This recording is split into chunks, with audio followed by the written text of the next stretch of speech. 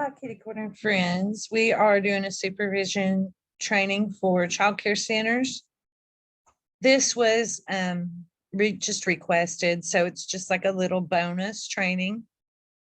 Everything that is in this training is based on the state of Tennessee licensing rules and regulations for childcare centers. And if this is your second time watching it, this is a redo because of some changes that occurred. And well, let's just say we are addressing U-shaped tables in this one in case you have to use a U-shaped table. So rather than going in and trying to edit things, I am just starting over because editing in YouTube is a pain. So let's start out just looking at generalized rules. General supervision from 6 weeks to age 9. You have to hear a child, see them with a quick glance, and physically respond immediately. What that means is, can you position yourself to see the child? So let's pretend like there's no one in the front office wherever you work, okay? There's no extra staff walking the halls to supervise a child. If you are in your classroom and the child is going to journey somewhere to where he has to turn a corner and you can't position yourself in your classroom to see that child through his whole journey, then that is what means I'm not able to see him with a quick glance. So I can think of some rooms in where you may stand at the door and be able to see a child even enter another classroom to a bathroom, and you are able to visually look at that child the entire time while maintaining supervision in your classroom. That would be seeing a child with a quick glance. That would be hearing that child, and you would be able to physically respond immediately as long as you have a teacher assistant or there's someone in that neighboring room that shares your bathroom that can respond immediately to that child, okay? Clarification. If you are in your room alone and there is no extra staff, you would not be able to do that. The reason why is because of something, if that child were to fall in the bathroom that is connected to your adjoining room, if he were to fall and needs you, you can't respond to him because you have 18 other children in that classroom. And as soon as you walk out that classroom door, then those children are not supervised and you're not obviously in ratio because there's no one there to watch them. So just little quick, sometimes there's little things that are not written out. So what you got to do is use your common sense and think about what is a quick glance, and think about, oh, well, I'm in here by myself. So can I respond to him immediately? However, for 10 years and up, let me add, when they say 9 years, that's 9 years and 30 days, 31 days. That is the day before they are going to be considered 9 years old until the day they turn 10. So for 10 years and up, the day they turn 10 years old and up until they're out of our care, we must know the whereabouts of that child and be able to physically respond immediately. So that is saying, let's go back to our bathroom scenario. A child over the age of 10 can walk to that bathroom, okay, that's around the corner, as long as someone that is qualified can respond to him if he needs help without you leaving your other kiddos. I also wanted to touch on this. If you go through licensing, you're going to see these 3 statements throughout. It's listed more than once. So whenever we see something repeated, that's when we know to really pay attention. Do you know where the children are at all times? Are you aware of their activities at all times? Which is cool because the child under the table cutting their hair, you're not aware of that child's activity, right? Are you able to intervene appropriately? at all times. And that's going to be your bathroom example. I'm alone. I got a classroom full of kids. I can't go intervene because there's no extra staff. Mealtime supervision, 6 weeks and 5 years. From ages 6 weeks, you know what? This is really going to be from like the age where they are able to sit up and eat on their own to age 5. All right. Direct sight and sound. Direct meaning you see them directly. You do not have to change your position to see children. You don't have to turn your chair around to see everyone's face. That's direct sight. Direct sight and sound, of course, they're going to be close enough for you to hear them. All faces can be seen by a staff member. One staff is sufficient as long as they're in a position where they see all children's faces. You can't be engaged in any other activity unless it's food service. And even then, you can't get up out of your chair.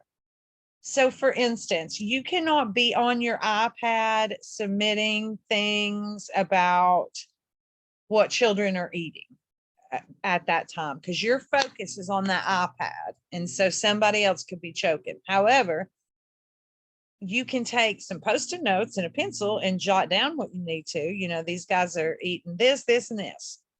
And then no, that is if you are a staff alone. Now, if you're a staff and you're able to see everybody's faces and you got an extra staff member that's just at the table as a bonus, they could be on their iPad as long as that one teacher can see every single child's face. If you need to open an item for a child, they need to come to you rather than you going to them.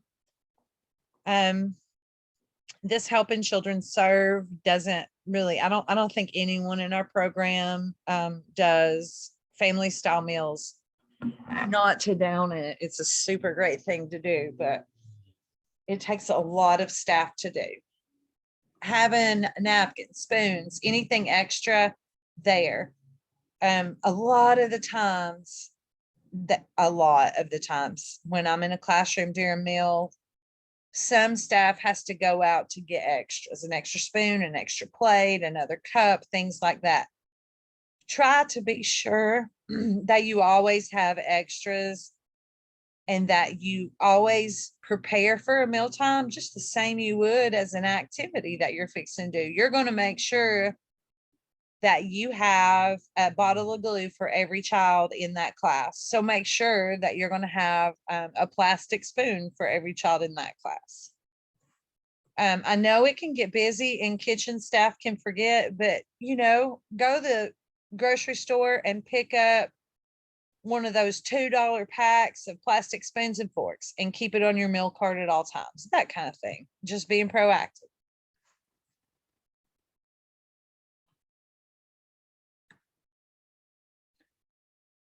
All right, meal supervision for infants. Okay, this says infants are 6 weeks to 12 months, the day before they turn 13 months again. When they're 12 months and 29 days, they are still considered infant.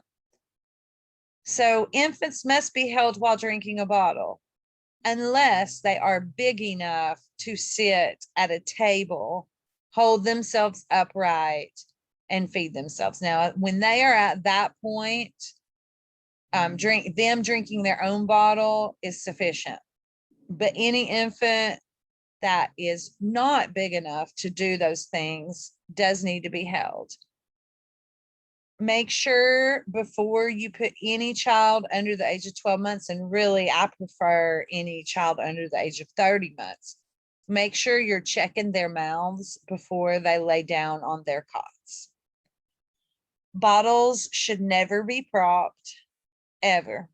An infant should never take a bottle while lying flat. So if it is one of those babies that you got to hold, you can never let them lay flat. You have to prop those babies up. They can never carry a bottle or a sippy cup around the classroom, and they definitely can't have one on their cot or their crib. Although I'm sure many of them would love to, because that's the thing that puts them to sleep. It'd make our lives easier, wouldn't it? But it is a huge risk. You know, fluid is not a choking hazard, but gosh, guys, I don't have the medical terms for these. Asphyxiate, I think it's called, like when it goes into their lungs or whatever. I'm not a doctor and I'm not good with that stuff, but there is a risk when we're laying on our cots, laying down drinking. Okay. We're going to talk about, is this adequate supervision or violation? And before we get started, me and one of the multi-sites had a really great conversation about this. If you have the choice to have a U shape or an L shape, a U shape or a head of the table, you would always want to choose the L-shaped table, or two head of the table tables into an L shape. But if you're a staff member that only has access to a U-shaped table, that is okay. Licensing, I guess when I really got to thinking about this, licensing can't say to us, hey, you got to go buy all new furniture, right? So that's where this comes in. So let's look at this lady right here. Even though this would not be considered probably the very safest way, it's still okay. When it's not okay is if she is scooted up to the very tip of the table, which right now it's really hard to tell, guys, because of the dimension. But if she is scooted, where's my little thingy? Scooted way up to the table. These two kids are actually behind her. They are not in her direct sight, right? If she kicks her leg and goes back too far, like back here, those kids, she's seeing the back of their heads, right? And probably this kid's blocking this kid. So when you are at a U-shaped table, the most important thing is it can be a supervision violation if you're not positioned right. And just like over here, we got this awesome table, but this dude is not positioned to where he can see these guys. When he sits back, he's going to be looking at the back of their heads. So it's a positional thing. YouTube, U-shaped tables are okay. This little lady right here just needs to make sure that her shoulder and his shoulder are right on, okay? Maybe her shoulder be a little bit back when you're considering the size. I try to be real careful about mealtime supervision because it's definitely deadly. So you know what I'm saying, guys? Don't be looking at the back of his head. Don't be so far up that he's not in your view anymore. All right. So this is a yes, and it can be a no, just like this. This, if we're looking at it, it actually, when guys leaning forward right now, listen to this girl, but if he sits in his chair, he is not seeing this kid, or this kid. He's too far back and he's at the corner. If he is sitting where this little girlie is, he could see all children. Okay. Position, right? All righty. Let's move on. God, I really have a hard time with these little markers. Sorry, I got to erase them all. I'm still learning about presenting, guys, so forgive my informalness and all that good stuff. Okay. Adequate supervision or violation right here. This is not a U-shaped table. And let's just say this, even though if this was U-shaped and she was able to put herself in a little bit more to be even with those kids, she should without a doubt be positioning herself where? Right here. So if you got this kind of table, a rectangular table, you should never be sitting here or here. You should be sitting here or here. If you are the teacher that is going to see all faces. If you're an extra staff, by all means, you can sit here between two kids that need extra help or whatever, but we always got to have one staff on this side. or this side of a rectangle table, okay? This baby is great supervision right here, being held up, all that great stuff. This child is not okay. He is too young to be feeding himself. She's having to feed him, so he needs to be in her lap. And he's laying flat, right? Down here, this little dude is probably old enough to sit up at a table and feed himself food, but he cannot obviously be laying down or carrying around a bottle during playtime.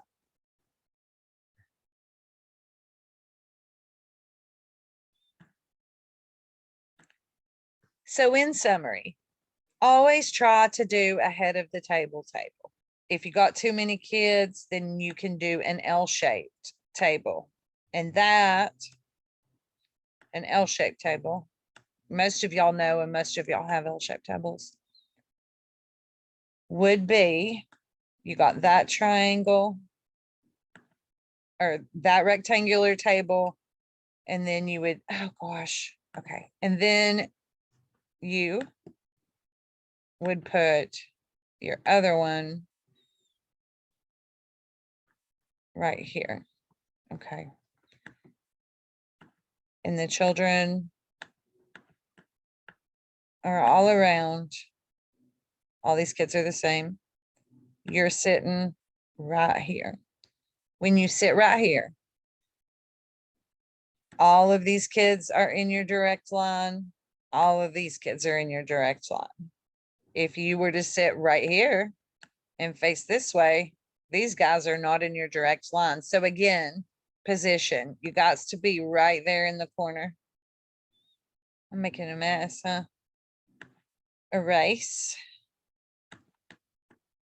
You guys do really good with mealtime supervision. Honestly, I think that the only thing that we've talked about that I see frequently is just running out of stuff and being inconvenienced by that. Remember to use your kids. Let it be a self-help thing. Let them get up and get napkins. And you know, as far if you just haven't had the time to go out and just buy one roll of, you know, paper towels and a big thing of extra spoons or plates or whatever, and you got to consider you're not giving those kids those plates. You're just going to be using one of those at times when an extra fork wasn't brought to you.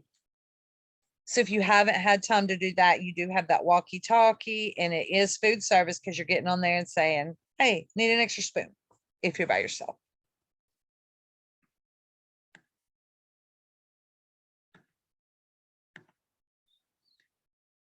Nap time supervision, you guys have been drilled on this. We have to touch infants every 15 minutes as they sleep. New staff might not know that. We have to document that. And when I say touch, I mean really touch them, because you are touching to feel the temperature of their skin and to check for breathing. So it's not just about the breathing, it also includes the temperature of their skin. Ratios in rooms with children under 31 months. And again, when we say 31 months, then that means the day they turn 31 months. The ratios do not change. So you got to keep the same ratio. For classroom with children greater than 31 months, then that takes that ratio down to 50%, which allows us to do lunch breaks. And staff can leave on lunch breaks. We just have to be sure as admin that there are enough qualified people on premises, including the office, you know, the parking lot, the property, to cover ratios as if all children were awake.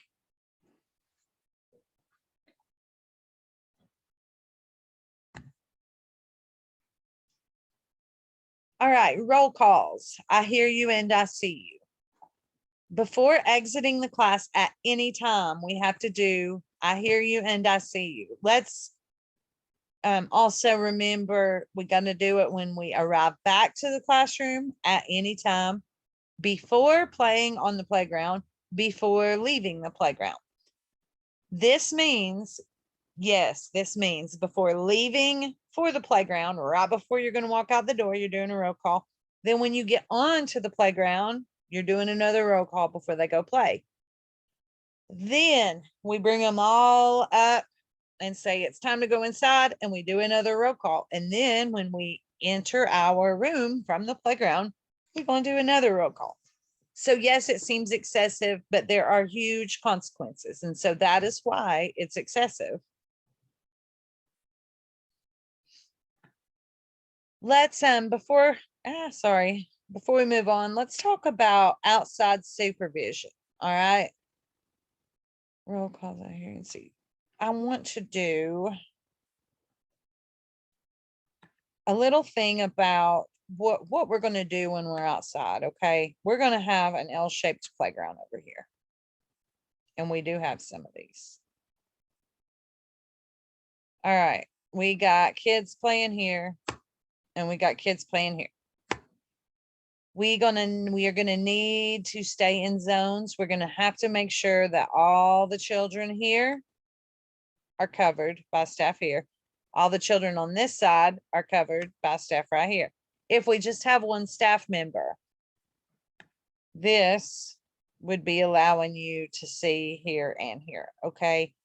If you have coverage, then let's get some, kids do not run away typically when they are interacting with a teacher. So let's use any extra staff we have. We got 2 watching at all times, scan.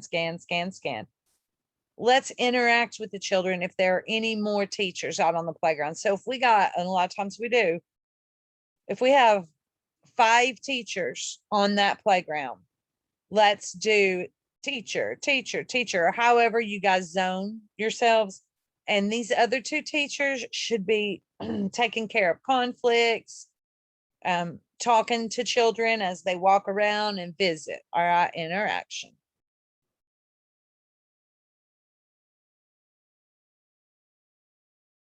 I am erasing now, guys.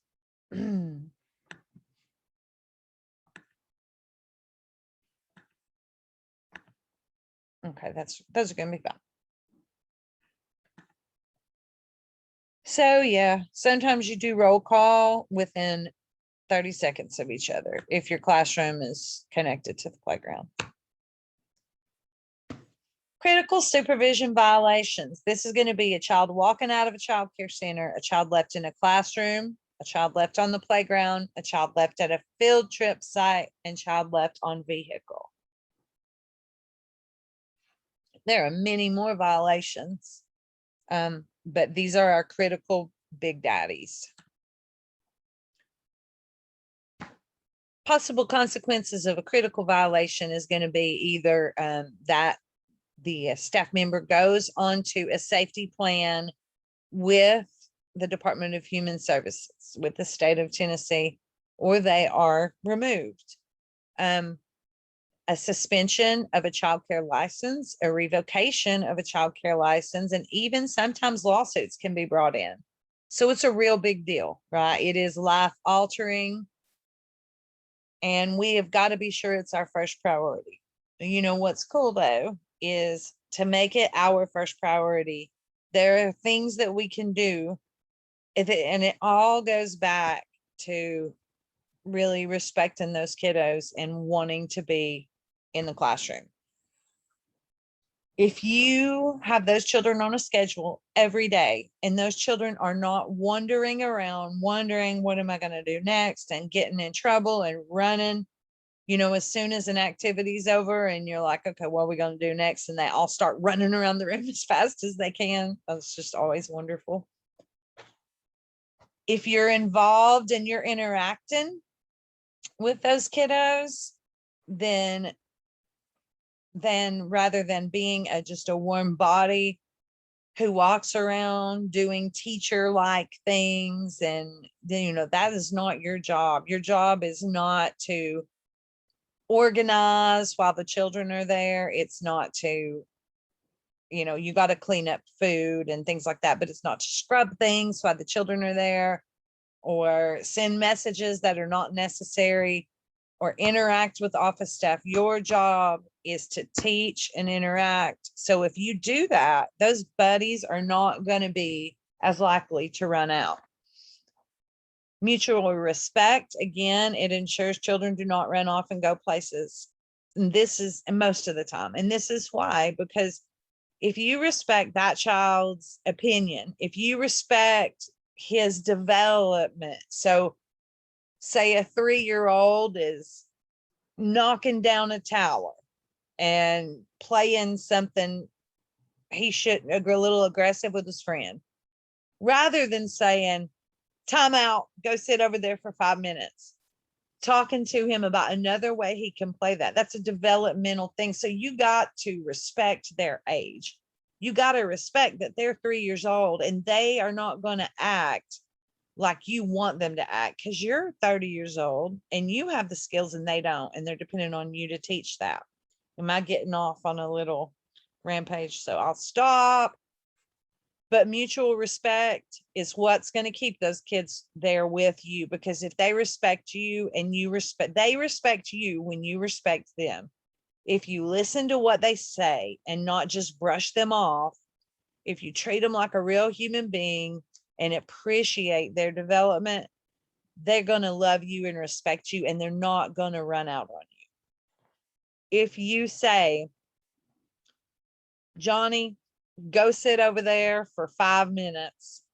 You guys tell me you do it by the age, but I've definitely seen kids sitting for 15, 20 minutes. And the reason why, it's not because you want to do that. It's because you forget. So you got 16 other kids in the classroom, 15 other kids in the classroom. You send one to timeout. You don't have time to supervise that child that's in timeout for 3 minutes and then say, okay, it's time for you to get up. So let's use timers. If we're going to send kids to timeout, get on, get a timer or something like that, set it for 3 minutes. So that way you don't forget, because when a child is in timeout, they're forgotten about a lot of the time. They're mad because they've been put there, and that's okay.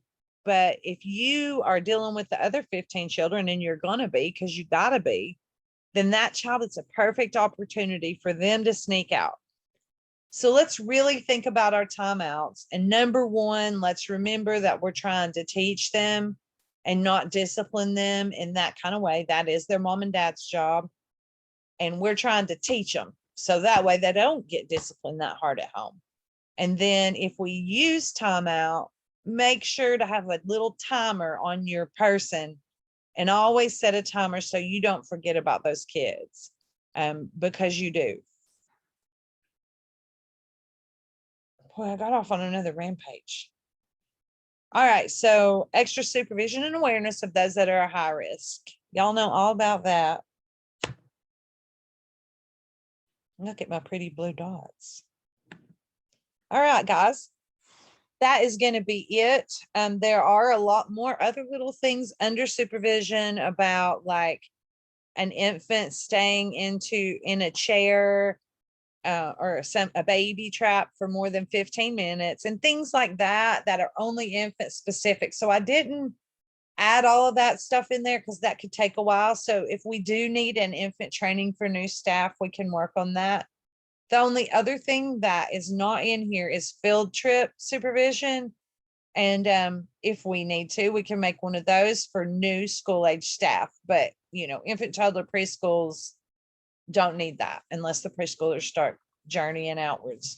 So thanks for your time. I'm going to see you in August, and keep classing for me. All right. I hope we really hit it hard and do great interactions next year.